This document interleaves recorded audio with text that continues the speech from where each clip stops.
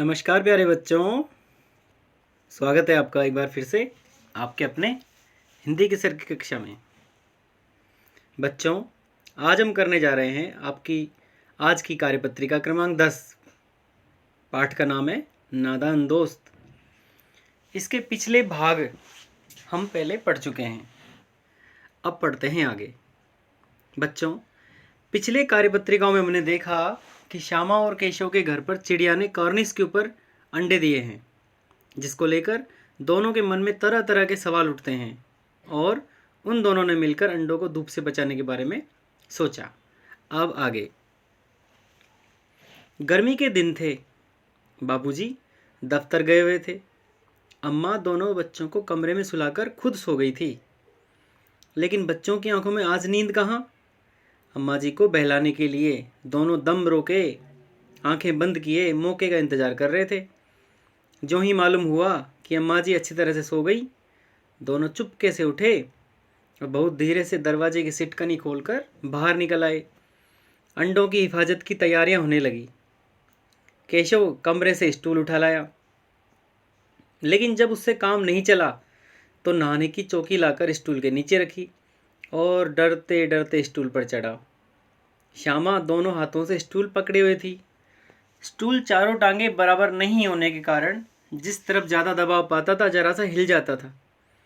उस वक्त केशव को कितनी तकलीफ उठानी पड़ती थी यह उसी का दिल जानता था। वह दोनों हाथों से कॉर्निस को पकड़ लेता और श्यामा को दबी आवाज़ में डांटता, अच्छी तरह पकड़ वरना उतरकर बहुत मारूंगा। मगर बेचारी श्यामा का दिल तो ऊपर कॉर्निस पर था। बार बार उसका ध्यान उधर चला जाता और हाथ ढीले पड़ जाते। बच्चों, अब देखते हैं इसके शब्दार्थ। इंतजार का अर्थ होता है प्रतीक्षा, हिफाजत सुरक्षा, तकलीफ अर्थात परेशानी, सिटकनी अर्थात कुंडी, दरवाज़ा बंद करने के लिए लोहे या पीतल का जो उपकरण होता है जिससे हम दरवाज़ा बंद करने के बाद लगाते हैं उसे बोलते हैं सिटकनी। अब चर्चा करते हैं इस कार्यपत्रिका के प्रश्नों के बारे में। प्रश्न क्रमांक 1, माँ के सोते ही केशव और श्यामा दोपहर में बाहर क्यों निकल आए। माँ के सोते ही केशव और श्यामा अंडों की सुरक्षा के उपाय करने के लिए दोपहर में बाहर निकल आए। प्रश्न क्रमांक 2, केशव और श्यामा ने अंडों की हिफाजत की तैयारियां कैसे की। केशव कमरे से स्टूल लाया, परंतु वह छोटी रह गई। फिर नहाने की चौकी लेकर आए, उसको स्टूल के नीचे रखा, फिर उस पर केशव चढ़ गया।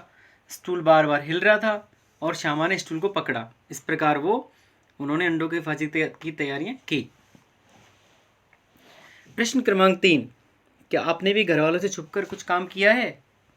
ऐसे किसी अनुभव को लिखिए। बताइए, अगर आपने भी इस प्रकार का कोई काम घर वालों से छुपकर किया है तो उसको आप इसमें लिख सकते हैं। जैसे आपने कभी घर वालों से छुपकर कोई पिल्ला पाला हो, तोता पाला हो, उसकी देखभाल करते हो, इस प्रकार का कोई भी काम लिख सकते हैं। प्रश्न क्रमांक 4, जब आपने घर वालों से छुपकर कुछ काम किया तो बताओ कि ऐसे में तुम्हारे मन में क्या क्या सवाल उठे। बताइए, स्वयं विचार कीजिए और बताइए कि हमने सोचा कि कहीं ये तोता जो पाला है हमने या पिल्ला जो पाला है हमने वो बीमार पड़ गया और घर वालों को पता चल गया तो बहुत डांट पड़ेगी। इस प्रकार के विचार कोई हो तो आप अपने लिख सकते हैं। प्रश्न क्रमांक 5, दिए गए शब्दों से वाक्य बनाकर लिखिए। आपके लिए 5 शब्द दिए हुए हैं, इंतजार, हिफाजत, तकलीफ, सिटकनी।